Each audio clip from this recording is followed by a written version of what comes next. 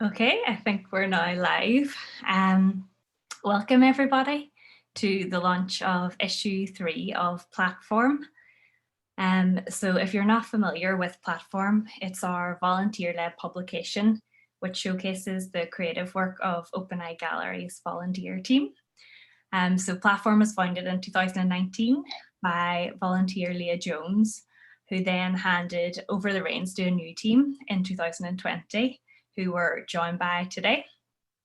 So we have got David Heine, Sam Kane, Sam Batley, James Abbott, and Maria Halton, who collaboratively work on Platform and are going to tell us a bit more about this new issue.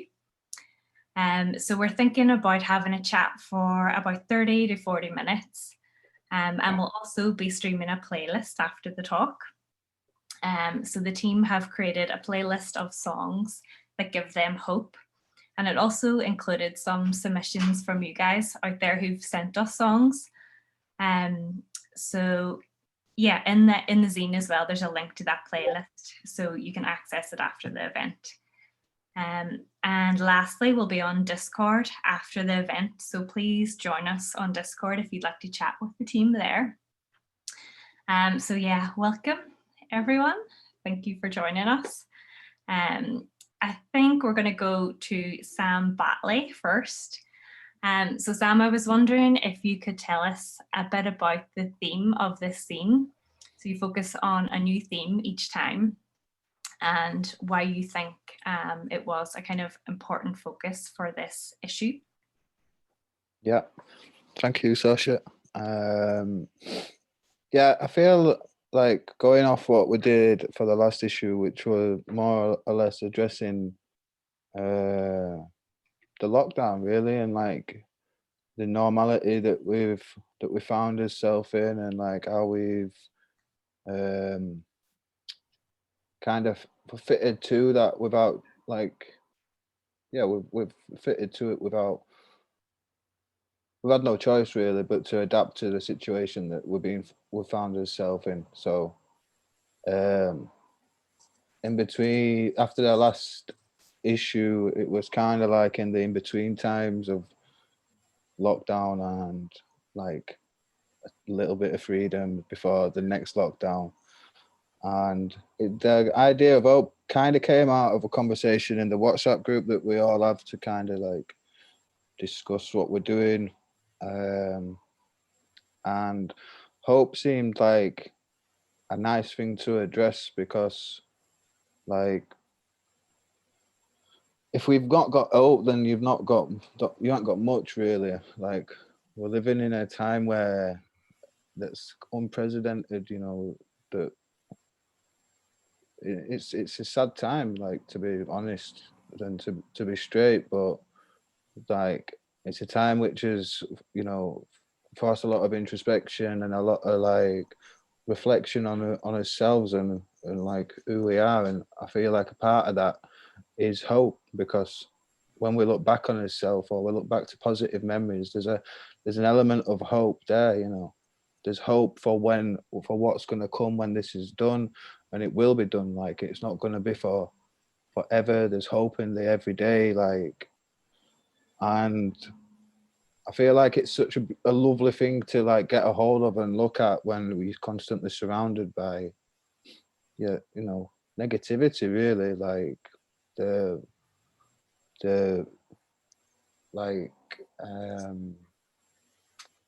the surrounding media, not being able to see anybody, the isolation.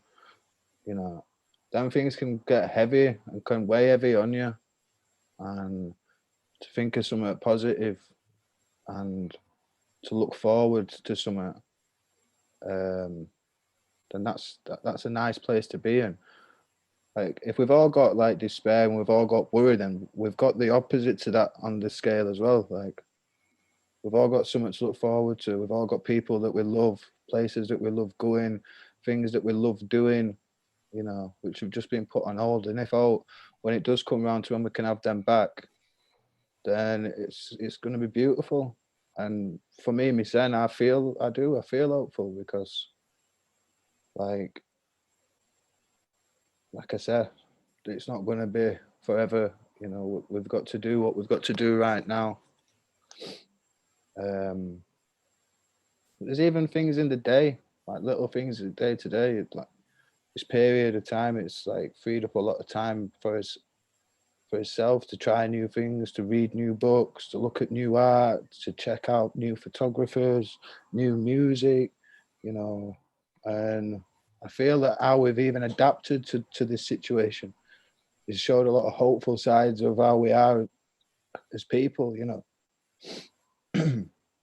So if you look a little harder, like there's a lot of hope to be had. So that's what I think we all enjoyed. We all like agreed with it, I suppose. Well, we did. No suppose. I don't know why I said that. But yeah, when we talked about it, we all agreed that hope were decent, and then we've gone from there really. And it's been lovely. It's been lovely to see what everybody else is being hopeful for in stories. So I don't know if anybody else wants to add out on that, but.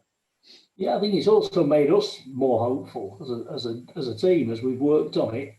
Seeing the images coming in, seeing the text coming together, and obviously ultimately the whole publication. But I think it's really helped our hopefulness as well. Yeah, it's a really well. I'm sure everybody's going to enjoy having a look through it later. Yeah.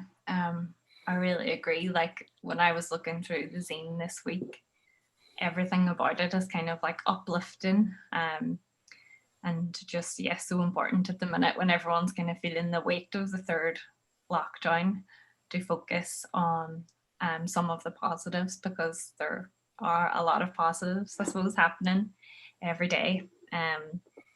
But yeah, and we're going to look at the zine shortly, but I think that definitely like your ideas come across in the zine really nicely. So James, I wanted to ask you, you've recently joined the platform team to collaborate on this new issue. And I just wondered if you could tell us a bit about your approach, how you've all approached this new issue, and whether that's kind of changed at all over, I suppose, this time of working digitally and remotely and that kind of thing. Yeah, well, it's obviously very unusual, and we're all having to adapt to this new kind of way of working. Anything I've done in the past that's been collaborative with people has been extremely different to this, because, you know, there's been first, obviously, just getting into a room with people, the whole dynamic will change, the way you talk, the way you think changes, and it's been completely different. Everything being approached, you know, the fact that me kind of coming on this issue to help out and not having actually met a lot of the people in person is quite unusual. But, well, I suppose with what Sam was saying before, it actually seems quite usual now, because this has been going on for so long, doing these kind of things. But one of the main things we obviously had to address was the fact that this was going to be a largely, if not solely, kind of digital publication. You know, it's not, you know, think of a zine as something that is a physical kind of object that's created and handed out, but that's obviously something that is, you know, it has changed a lot now. So, and things being, in terms of how we approach the design, in terms of how we were going to try and communicate to the people, is completely different. So obviously the main thing we focused on this time was setting up an Instagram account for, you know, specifically for platform. And the main things we focused on there were, in terms of, you know, going back through the previous issues, looking back at the original issue and then the previous issue, which is the new normal, and posting photos from there. And I think that's also good as well, as a way of not just sort of showing the previous zine and what we've done, but also to try and actually get the exposure of the artists who had collaborated out there. So, and because it's obviously linked to the gallery, it's a very good way of getting their work in the past to be communicated and it being up there and people being able to see it.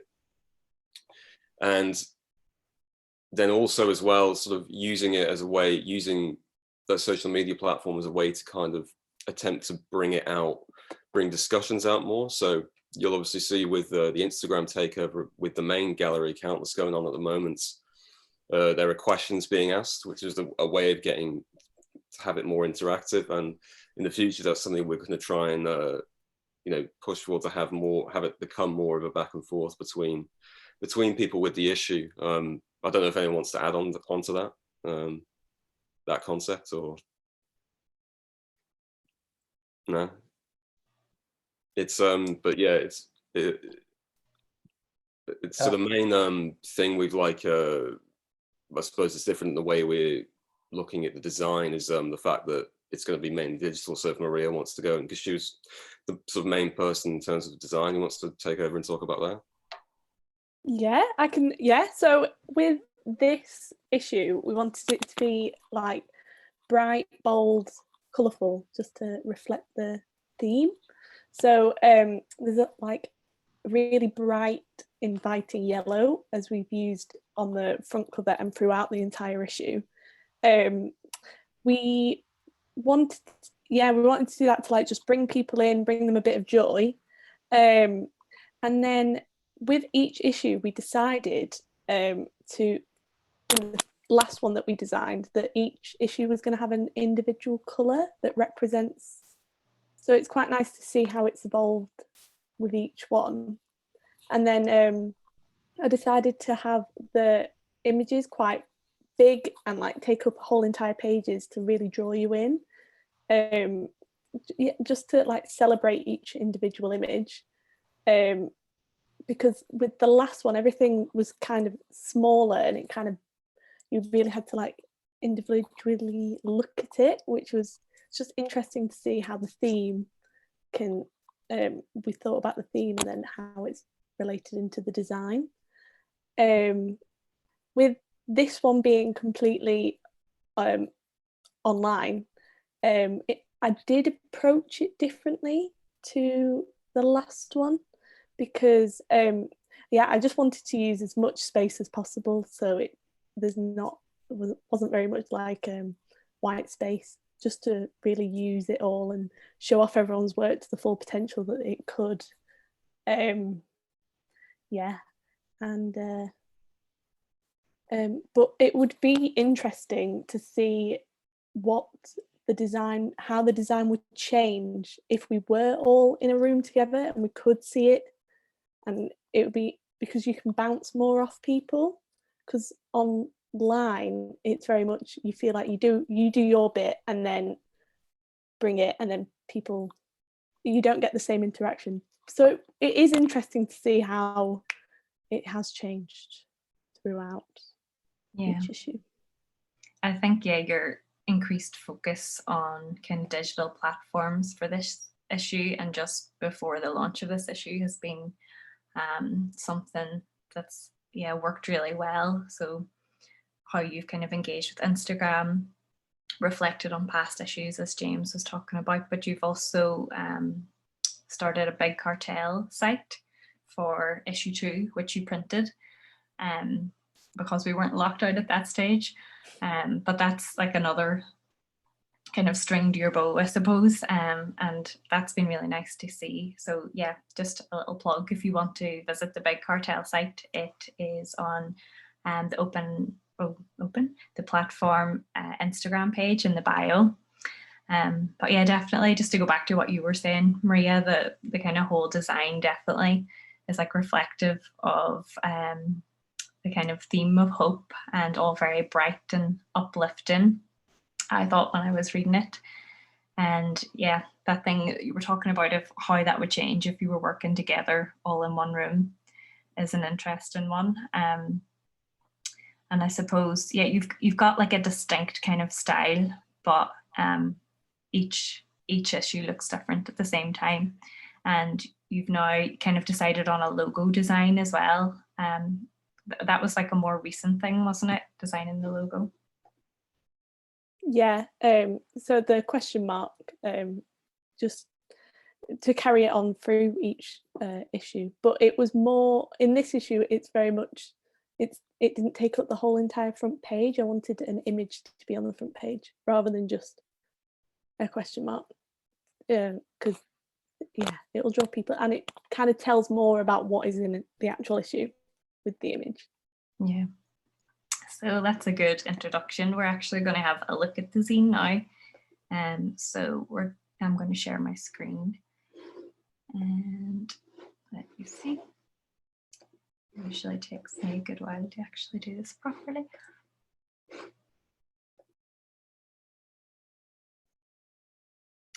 So I'm hoping that, can you all see that okay? Yeah. I wonder if I can full screen them. Might just scroll through like this. Is that better? Yeah. Cool. So yeah, I suppose the first thing I'll come to is the front page. And as you say, you kind of focused on a main image taken by Sam Batley for the front cover. But yeah, I think we'll come back to that in a bit, Sam, when you're talking about your work as a whole.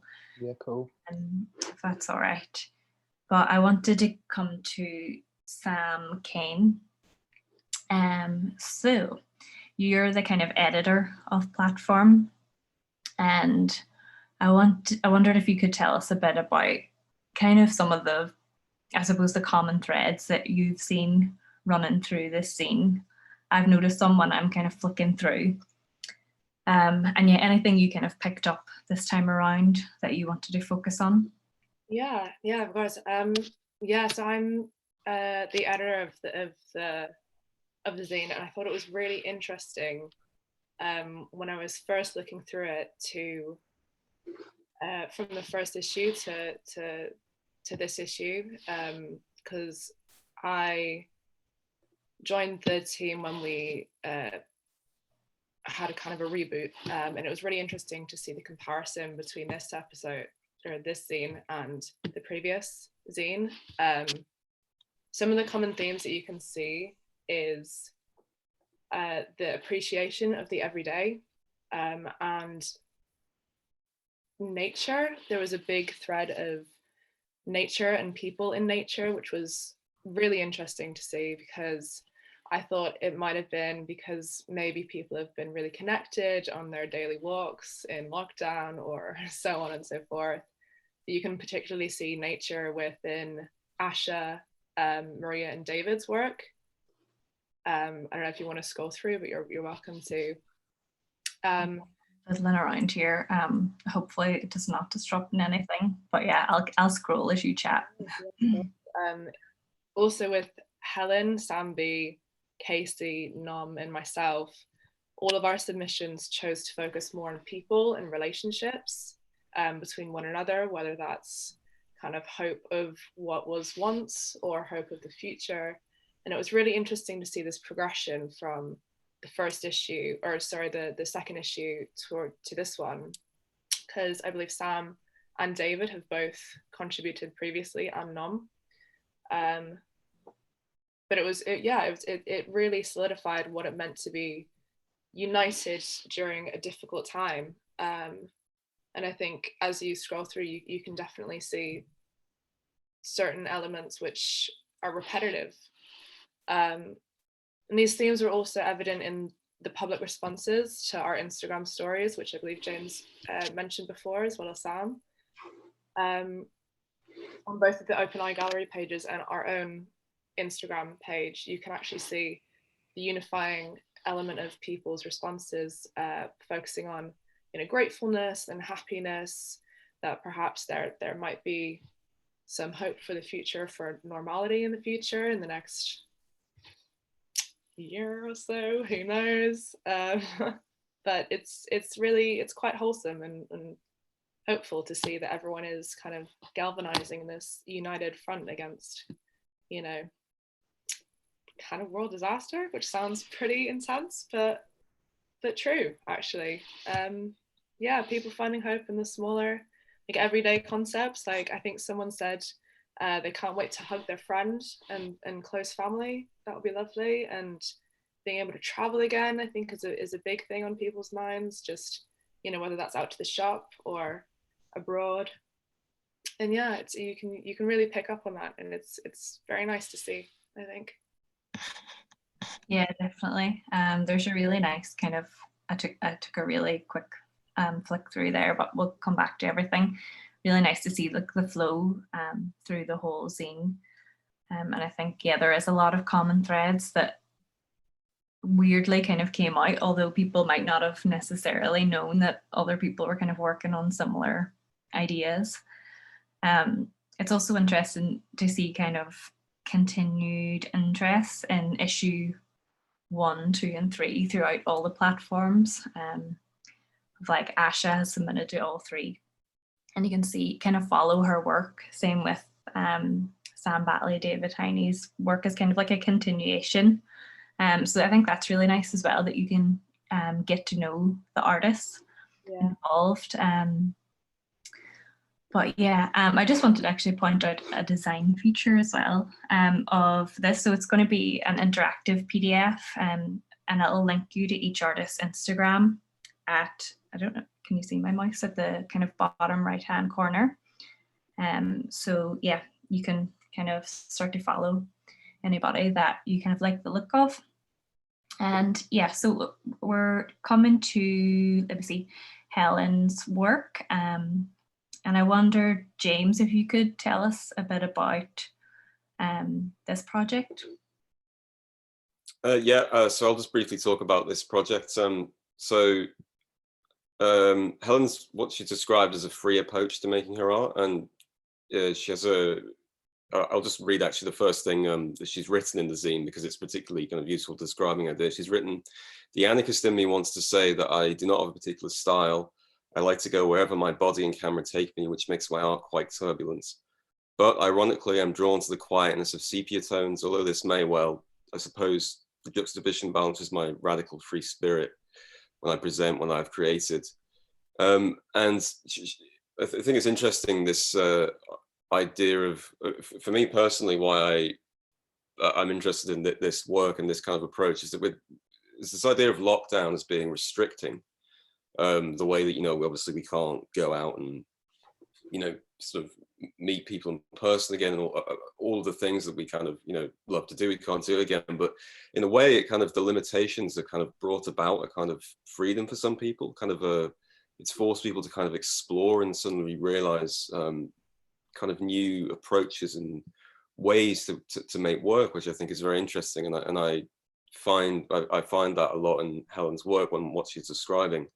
And a huge variety of other people I've spoken about, saying that it's actually brought a new perspective to the way that they say make work or think about work. I think as well, just something else to say is again, there's this focus on, we were talking about before, other people were talking about before, on hope being found in the kind of everyday and very simple things. I mean, that's something I think definitely resonates with a lot of people, realizing how simple things like going to another person's house and being able to kind of touch someone, things like that, meet a new person, or are kind of lost, and this rediscovery of just really, really simple things around you as being hopeful. That's something I think that's definitely very present in this issue, and I think it's important to talk about. Okay, so moving on to Asha's work. Yeah, well, if we look at Asha's work, I just love this image of Helen's here swinging on a tree. Yeah. It reminds me so much of just like Lockdown Crack. So Asha Matvers. Let me see. Yeah. Do you want to tell us a wee bit about this project? Yeah, so again, this is, so Asha's contributed to every single issue of Platform. And with what was being said before, it's interesting to see the kind of continuation of style continuing. So you can see on our Instagram and also hers, there's this kind of repeated interest in the sense of beauty in the everyday and the kind of natural man-made pattern, and also kind of finding what I think she's very interested in, is finding patterns both in man-made things and within nature, and showing them together in conjunction with each other, and sort of trying to create new meaning from that. And it's interesting as well to see, I think Sam Kane was talking about this before, of how people are suddenly starting to, with this idea of people, going out for walks and kind of exploring the immediate area around them. They're kind of searching, suddenly seeing, neighborhoods around them, wherever they live, in a completely new way. Going down streets they've never been to before, and finding, beauty strange and new kind of wonderful things. I think that's very interesting. Yeah. Yeah, that's really true. Yeah, I think Ash's work is just kind of lovely, just how kind of reflective and contemplative it is as well, noticing patterns. But yeah, we're going to move to Sam, your work now. So this is also your work here on the front page. I wondered if you could, just start by maybe telling us a bit about this image and then the wider series. Yeah. So this image is of a friend of mine, Danny, who I met in Riyadh. And we've been friends since, really, and he's been a part of my recovery journey. And this photo was taken in the in-between times again, and the community that I'm a part of, we go on walks when we can, and we go different places. And this is a walk that we went to for Hillbrook Island, and it was celebrating turning 1 year sober. And the lad that he's hugging is his son. And since he's come into recovery, his and his son's relationships really blossomed, and it's been a beautiful thing to see, It really has, that how he's how Danny's shown a lot of courage and a lot of strength to get to where he's got, and he's getting the rewards of that strength and courage with the relationships he's now got with his family. And this image itself kind of ties into Rest It narrative, because that's part of my day to day. I see these little changes all the time in men in particular, because it's the men that I live with. Changing their attitudes, having a look at the way that the behaviour has been in past, and amending that, and trying to better themselves, and yeah, when I took that photo of Danny, I don't know, it's making me feel a little bit emotional now, to be honest, because it was just they were both in tears, and it was a gorgeous thing to witness, real power of what can be possible through willingness. Probably there were times where he'd never think that he'd see his son again, and then a year down the line they're like best mates. So these images here, these are guys that I live with. Ryan, who's the boxer, he's just moved on to work in the rehab that he detoxed in nearly 2 years ago as a support worker. He was here for 2 months, and yeah, just got really involved. He's a northerner as well, from Newcastle, and just got on with him. And again, it's I feel like this image here with boxing, it shows his his strength looking straight down lens, you know what I mean? And these images are really just like I say,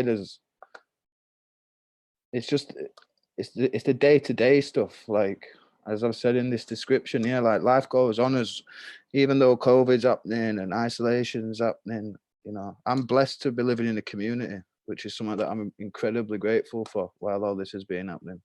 That I've not been on my own in a flat, or I've had people that I can knock on and say, I'm feeling a bit rough with this at the minute, I'm struggling with this. So that's what my work reflects. It reflects that day to day, This guy on right is Daz. Darren came out of HMP Walton about 5 months ago. He was expected to, like a 79% chance that he'd reoffend and go back to prison, but he come straight to us. And since coming to us, he set up his own football team, which is made up of people that are in recovery. And this is Daz in lockdown, in this lockdown, this minging cold lockdown. Sports and arts played quite a an important role because, you know, there's about 11, 12 of us now. So on a Sunday and midweek, we go over to Mystery, a park in Liverpool, and we go and we have a kickabout, like jumpers for goalposts, proper like nostalgic tackle, and it's mint. You know, I feel like all lads have done that when they've been young'uns. We've all gone out and had a kickabout, and it just brings so much joy to us. You know, it just brings a lot of like positivity and a lot of like good energy. Same as boxing. You know, there's a lad that lives with us now who's a professional MMA fighter. He's been doing boxing classes with us. But what boils down to it all at bottom is that all these activities, art groups, you know, sports, the thing that's underneath all of it is community. It's men doing stuff together. You know what I mean? And whether we like it or not, some mornings I wake up and I'll think that's the last thing I want to go and do. You know what I mean? It's absolutely brassic outside. You know, I can't be ice boxing. But once you've done it, you're like, get on. The sense of unity that's there. So it's my these are images of my lockdown, I suppose, and the men that I've shared my lockdown with. And these men give me hope. A lot of it. You know what I mean? Yeah. I really like how you talk about like daily victories are happening every day kind of thing. I think that's just something really nice to think about, and how you've shown that in your photography as well. But yeah, you got a few comments there on Discord that have come in. So someone called Solidarity Forever said, love this image, about the front cover image. And Sig Star says, very moving image and story. Just to let you know that. Thank you. But yeah, I suppose you mentioned a bit about the sport, but you also do a lot of kind of creative like classes and have been over lockdown. Yeah. But yeah, do you want to maybe briefly tell us a wee bit about them? Yes, in the first lockdown, through volunteering through Open Eye Gallery, really, I kind of cottoned onto social engaged art, and you know, since coming into recovery, like my creativity's kind of flourished, and we were kind of looking for things to do. So I started up like a little camera group in the first lockdown, and the project is called One Day at a Time Boys. And since then, I've managed to get some funding, and all lads have got a camera apiece. We go on like photo walks into Sefton Park, and you know, lads have got freedom to do what they want with cameras, you know what I mean? But we do different classes about narrative behind image and building stories, and how we can help it to tell its own story. And then we do painting groups as well, where we just put on some chilled music and just I get all art, tackle art, and just say, come on then lads, let's have a go, you know, and just have an hour and a half painting. And you know, in these past couple of months, in this lockdown in particular, I've got onto something called Crossing Sectors through Open Eye Gallery, where I've learned loads about what socially engaged practice is, and been implementing that with the group as well. So it's you know, I'm learning all the time myself.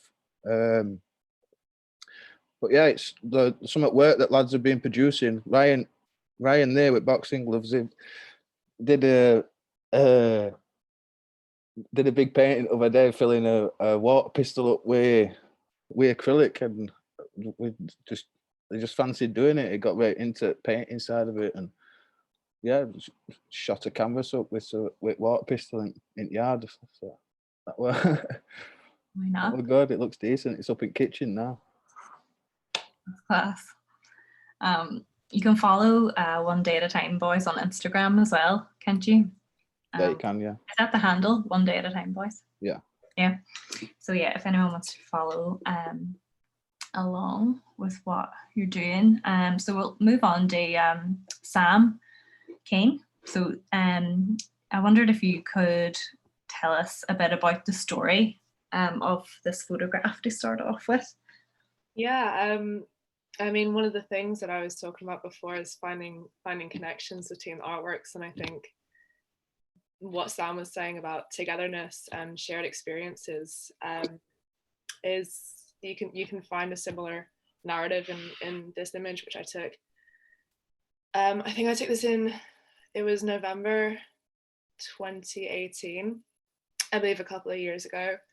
This was during university, when I was at university with a group of friends, and we all went to the bonfire night, or Guy Fawkes night. And my friend actually brought one camera with him between like 20 of us and decided to start taking photos. And I just saw that little kid on his dad's shoulders. And I just thought it was such a nice image between everyone staring up at the fireworks, and he was kind of looking longingly just before all the fireworks set off. And it was really sweet to see this little kid, and I think he had a sibling at the time as well, and they were just gazing up at the sky, kind of waiting for these fireworks to set off. And I thought it was a really, really nice photograph, because while everyone's looking up, I was kind of looking behind me and all around, and it was a really, really lovely time, actually. And I decided to submit this photo because I think it really resonates with happiness and warmth and togetherness. I mean, when was the last time that all of us were in a crowd that big? It was quite a while ago. Yeah, and I really liked this idea of not necessarily longing in a negative way of what once was, but being hopeful of what can be in the future. And yeah, that's the story behind it. I just thought it was pretty wholesome and very reflective of what we can achieve again and be together again. And I think it's a nice little story behind it. Yeah, that's lovely. I think, yeah, like kind of looking back, we're kind of looking back at our own photos, I think, in a new way over this time, like photos that you maybe wouldn't really have thought that much about. You're scrolling through and constantly taking new images, constantly doing new things. But I wanted to ask you a bit about kind of how you think, or if you think the role of photography has changed over this time, and whether it's kind of like gained a new significance, I guess, for some people. Yeah, that process of looking back. Yeah, no, I think it definitely has. I think old photographs are a really interesting thing to revisit, especially during times like this. For example, one of the things that I have previously worked on is gig photography, but not in a professional sense or anything like that. It's more on my phone, going to gigs and just taking photos of crowds. And I have a folder on my phone of all of these photographs, and I never really thought twice about them. I thought, oh, they're not amazing, and I'll just, bank them and save them. But obviously in a time such as now is I found myself looking back and then really appreciating kind of the imperfections in them, because they just document what once was and a time where we found ourselves together. And one of the reasons why I didn't really like these photographs before was because my shoulders kept on getting knocked about and so on and so forth. But it's that kind of rough and roughness around the edges or imperfections that I think really validate these photographs is something that was of their time. And I think being able to reevaluate and look back at the photographs, which we read them very differently at the time, and then reading them now in a time where we can't actually revisit those situations where they were taken in, I think is really key and quite insightful, personally. Yeah, I'm just thinking of, like, you're saying getting knocked on the shoulder, how probably previously you'd be like, oh, the hell, or whatever, but now it's like, imagine being knocked on the shoulder again and squashed into like a tiny bar or whatever. But yeah, I kind of the poem by Casey Logue that comes after your work looks at kind of similar themes. She's kind of, I suppose, reflecting, but also looking forward at the same time. And yeah, David has kindly agreed to read the poem for us, which I'm looking forward to. I think before I do, I think you're right. It really does fit together nicely in that it's very much a reflective poem, looking back at things that have, memories that have happened, events in your life, and not necessarily the big events, just the small ones, the little things that I think everybody's missing, and is really looking forward to getting back to. So yeah, something hopeful. You can't help but fall to old thoughts. The time your mum made you flapjack on your birthday, you didn't want cake because it was fattening. She didn't tell you that flapjack had more sugar. Slipping between those half-strung memories, stepping out into the winter sun, blinking in the cold light. Hiding from your dad so you can jump out and scare him. Cleaning dust off the skirting boards, cutting your sister's hair with plastic scissors. Noticing one day that it's getting lighter in the mornings. The crunch beneath your feet turns to warm sand between your toes, the soft rippling of the sea. Then a creeping, hopeful, of old thoughts left behind and something different gained. Thank you. That was lovely. Lovely to hear someone reading it as well. Yeah, I think we're going to move on to Maria's work now, but something that Casey talks about as well is kind of using the seasons as a kind of measure of time and a measure of change, that Maria, you kind of talk about in your work as well. So I'll just flick to your project here. Yeah, it is really interesting looking at everyone's work and how we've all made completely different projects, but they all have similar, it is under hope, but it's nice how it flows from one to the other. But with my project, it's finding like hope in the little things and like really looking in on every day and finding little bits of like hope and joy. And one constant has been the change in season, because the lockdown's gone on for so long. We have experienced pretty much every season in some sort of lockdown. So I've tried to like highlight each season. But yeah, it's really like just reminding yourself of looking at like celebrating the little things, and yeah, and just looking at those a little bit closer. And I think everyone has done that over the last lockdowns. You've just become more mindful of the everyday, and because we've not got like holidays to look forward to or all these like big events, you are focusing more on the little bits and the little changes that you see throughout the year, which you may not have even considered before, but now, because it's the only thing that you can really go and do is be out in nature. I think a lot of people are a lot more, just think about it a lot more, and yeah, it's really nice. Yeah, that's kind of one of the positives as well, isn't it? That people are being a lot more, noticing things a lot more, reflecting a lot more. Yeah, loads of people have gotten into like gardening and plants and that kind of thing. But is kind of focus on nature something that you've always been interested in your work, or is that something that's developed over lockdown?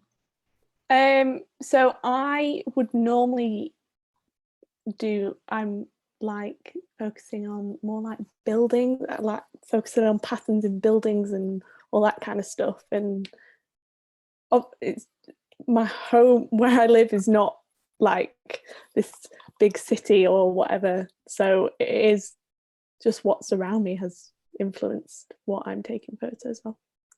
So yeah, it has changed, but it will always change no matter. But yeah, that's what it is at the moment, very much. Change is only constant. It is. Irresistible. So yeah, David, I'm going to scroll on to your work now. So your work is looking at so hope for a sustainable kind of future, and you've taken photos of a former industrial site, so a former ironwork site. That's right, yeah. And it's part of a kind of wider body of work. It is, and an ongoing body of work. Yeah, I mean, we're a post-industrial nation. We're a post-industrial world, and obviously, I'm only concentrating on quite a small area near where I live in Wigan. But if you think about it, there's an awful lot of waste land, old industrial sites that can't really be redeveloped in any other way other than to make them into things like nature reserves and parkland.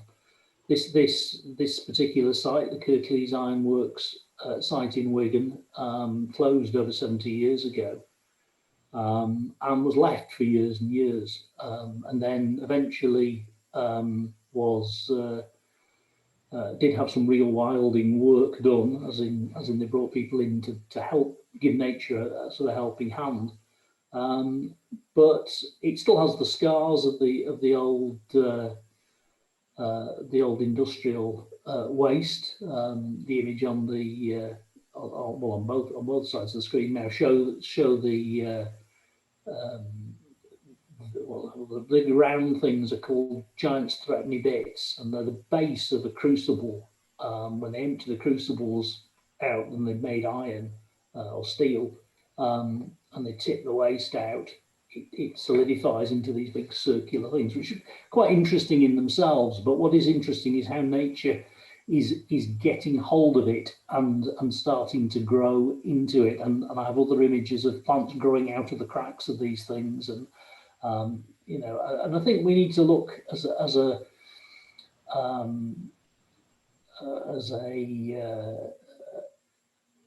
human race, I suppose. We need to look at sustainability, and that should be a measure of our success. And I suppose for me, it's you know, looking forward, this pandemic's given us an opportunity to sit back and have a think about things and reflect on things. And I'm hoping that from that, people are going to start to realise that we can't keep wasting resources. We can't keep leaving sites like this. There's only so much land, and there's only so many resources, and we really need to start conserving them a little bit better. And I think it does us good. I think as you know, as an individual and as individuals, I think it does us good to do that, because I think it gives us, you know, we have an appreciation of what we have, and hopefully, you know, what we can conserve and keep for the future generations. Yeah, I think definitely the series and your previous series that was in issue 2 of Platform really kind of reflects on the issue of our impact and just kind of needlessly like discarding things. But yeah, I was wondering, yeah, also kind of like, I think both this series and the previous series, they just look so, the objects look so alien to me. I really like them. It looks like a different planet to me. Yes. But you're like, why are these like massive slabs of? I mean, they're huge. The biggest, I mean, that is probably, it's half buried, but that's probably 4 feet sticking out to the ground there, something like that. They are quite big objects. And what is really interesting is how nature's taking over. I mean, initially they lay there for years just as waste, and nothing would grow on them because they were quite toxic, because of the chemical structure. But as time's gone on, sort of the cracks have appeared. I guess water's got in, ice has frozen it, produced cracks, and plants are starting to get a hold. And probably in 50 years' time, you won't see them at all. It'll just be a hill. Those two images that you're showing now are a place called Rabbit Rocks in Wigan. And yeah, I mean, these things are just there. It's incredible. It's got a big site as well. It was one of the biggest ironworks in Europe, I think, back in its day. Yeah. I just wanted to ask you about being involved in conservation as well of this site, or I mean, I believe there is a friends group. I'm not involved with it, but I believe there is a friends group. And as most of these sites that have been converted into parks, and indeed most public parks have friends groups these days of volunteers who do what they can to keep the parks and the sites like this as nice as possible. There's a guy I met up there once who told me he collected. He used to go up there and collect rubbish. There's one particular area where the kids go up, and apparently Friday nights it's party night up there, and they go there nearly old cans and whatever. And he goes up there and collects them and other rubbish that's left. There's a couple of ponds where people fish, and again, there's a guy there I met, talked to him, and he was telling me how he put bags out for people to put rubbish in. And they get used, so which is good. But that said, there is also an awful lot of other stuff. I've got lots of other photographs of things that have just been thrown there and left, which is a real shame. Very nice. I'm just a wee bit conscious of time. Yeah. But we're at the end anyway. So this is Nom's project, which is the last project in the zine. So Nom couldn't join us tonight, but she has kindly recorded a video for us to tell us a bit more about her work. So her work that she submitted for this zine looks at London Fashion Week. And Nom is a photojournalist, so people that she's documented at Fashion Week over the years. And yeah, I'll let her explain it. But I'll just give you a quick look and then play the video. So I'll just switch screens here.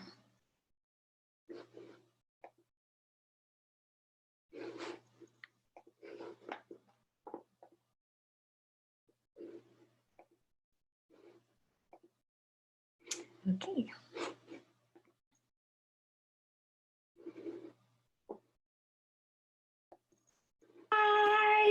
I hope that you're blessed. And if you're not feeling blessed, just know that you are blessed and you're highly favored. And you know what? That's a great way to think, especially in this pandemic. We need that little bit of light. So grasp hold to that. So my name is Nompo Melilo, but you can call me Nom for short. And I am a photojournalist who captures identity, dress, and culture. I love fashion and I love documentary photography, and I just love people in general. And so when it came to showcasing this project, one of the things that I love about my practice is honestly being able to capture people in their essence of expression. And when it comes down to style and Fashion Week, that's like the best time. And for me, you don't have to be working in the industry at the time. Honestly, you could walk past us like that guy did in the video. He walked past us and he looked so good, and he was strutting down. He was strutting down that road, So, but he wasn't part of Fashion Week. He just walked past and everybody photographed him. It's being able to capture people in their essence of expression. And I love going down because it allows me to document these different forms of expression through clothing, but also you do realize that fashion is actually a mirror of society. So the clothes that we wear, the way that we express ourselves, and the way that we talk about them actually mirrors where we are as a state in society. And I think that's such a beautiful thing to be able to archive and capture. And that's why I wanted to bring that moment back. And I can't wait until we can do that again, because it's the community behind Fashion Week for me. It's this community that comes with the photographers, the stylists, the trend analysis, everybody who's involved in making Fashion Week happen. That sense of community is what does it for me. It's the people. One thing I can definitely say that we can have hope for in regards to the fashion industry is that everybody's waking up. We're waking up in regards to being more socially conscious, but also in regards to just being friendly in regards to the environment, you know? Like, on a serious note, I personally believe sustainability cannot happen without you recognizing that it's a social thing as well as an environmental thing. So the fact that everybody's waking up is a great thing. Now it's about implementing that change. It's nice to see that collections are starting to reduce because the environmental impact of having so many is like mad. And also accessibility is becoming a topic. It's about time because everybody embodies fashion. It's not just, elitist. Everybody embodies fashion. So the more we talk about accessibility, the more representative the industry can become. And so doing things digitally has made that actually a thing, because anybody can access Fashion Week now. You could go on the British Fashion Council website and you can check it out yourself. You could watch the runway shows. You know what I mean? You are involved in that process. And the thing is, with fashion, everybody's involved in that process. The clothes that we wear, we're all involved in that process. Even the people on the street are involved in that process. And I know right now times were bleak because, of course, our favorite shops are closing down. I mean, I don't know about you, but Debenhams is the joint. And the fact that that's such a heritage brand and now that it's going away and it's going to be online. But I feel like there's good in change and we have to embrace that. We don't know what this whole pandemic means for the future in regards to the fashion industry and especially for the high street. But what we can do is celebrate the good that's happening and the conversations that are starting to happen. And that is why I chose Fashion Week to document.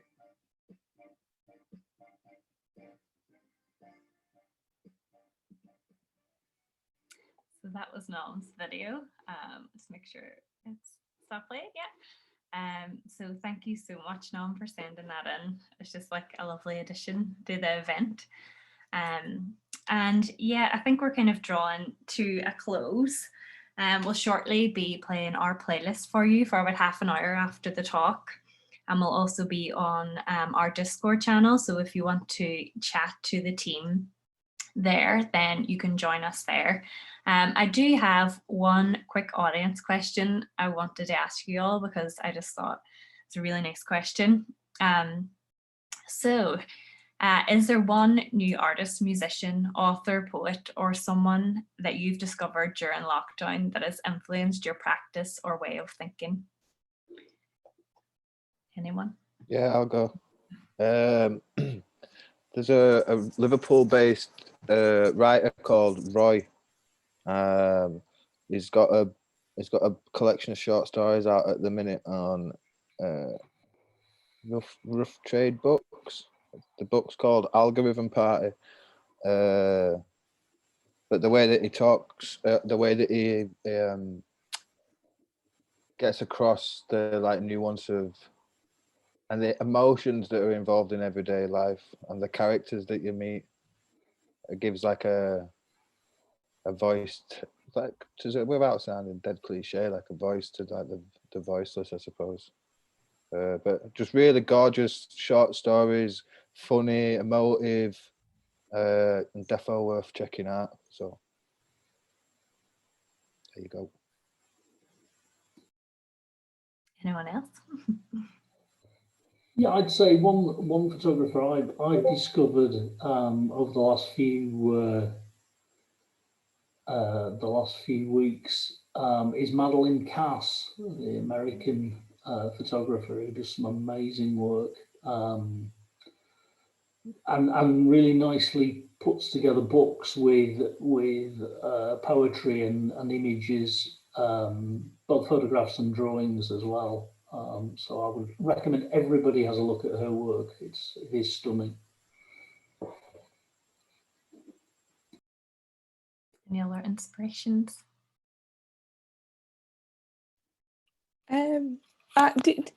Grayson Perry's art club that happened in the first lockdown, I thought was such a good, it was just so lovely to see everyone creating, and it makes the program was really interesting to look at. So it was just really nice to see, like, it felt like everyone communally was doing this, and it was really nice to see everyone's different creations throughout the whole entire series. So that was really nice. I obviously had heard of Grayson Perry before, but it was that whole project I thought was really just a nice way to like connect people through lockdown and bring hope. It was nice. Very nice. So we'll leave it there, will we? Thank you so much for joining us tonight, to our panel and also our audience. And just to reiterate, you'll be able to download a copy of the zine that we showed you tonight from our website. So it's openeye.org.uk/platform. And then you can also follow Platform on Instagram at OEG_platform. And you can buy a copy of issue 2 from their big cartel in their bio as well. So yeah, we are going to stream a playlist of hopeful songs for you now. Really hope you enjoy it. And myself and the team are going to jump onto Discord, so we'll see you on there. Thank you very much. Bye.